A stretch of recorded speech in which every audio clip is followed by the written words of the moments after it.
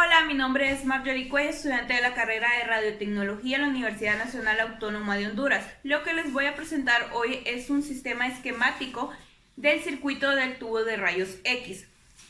Sabemos que está compuesto por tres partes: la consola de control, el selector de alto voltaje y el tubo de rayos X. También por dos circuitos, el circuito superior y el circuito inferior.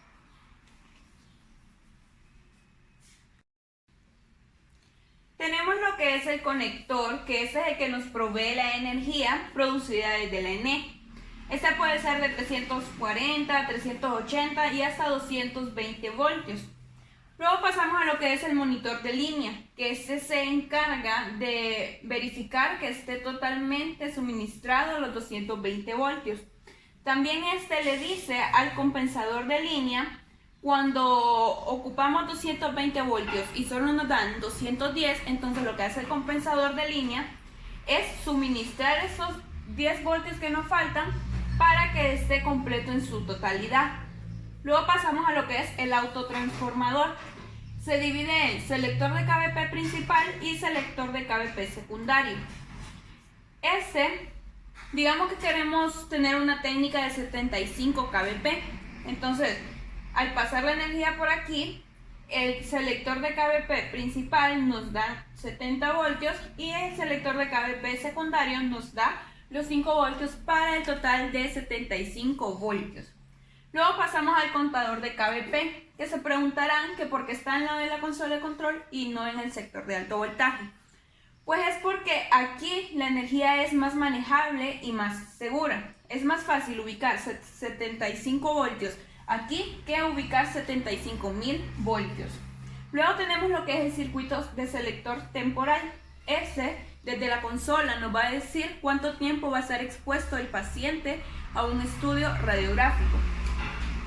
Luego pasamos al transformador de alto voltaje. Si se fijan, vemos que en la primera línea tiene más vueltas que en la segunda. ¿Esto qué significa? Que este transformador nos va a transformar esos 75 voltios a 75.000, multiplicándolo por 1000. Recordemos que desde los 220 voltios venimos trabajando con energía alterna.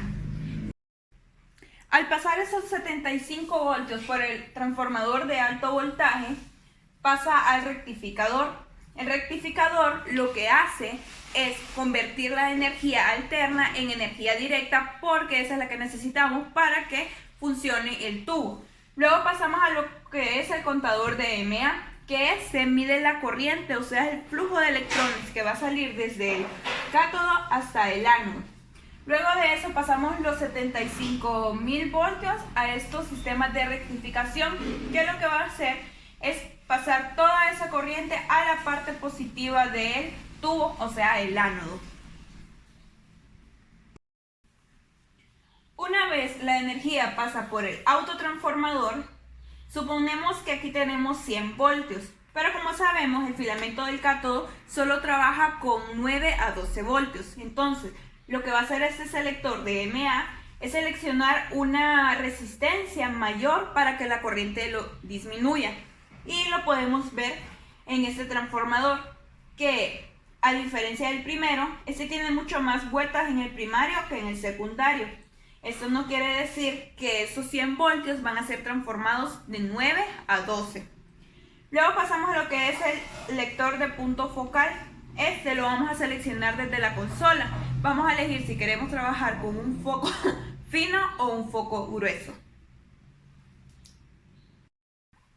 Una vez llega la corriente al filamento del cátodo y teniendo positivamente cargado con los 75.000 voltios el ánodo, esto va a producir lo que es el efecto termoiónico. Como su nombre lo dice, el filamento del cátodo se va a calentar a temperaturas muy altas, produciendo un flujo de electrones que va a ser atraído por el ánodo, ya que son cargas opuestas. Entonces, el flujo de electrones va a chocar en el blanco del ánodo a una velocidad increíble y de ahí se va a formar los rayos.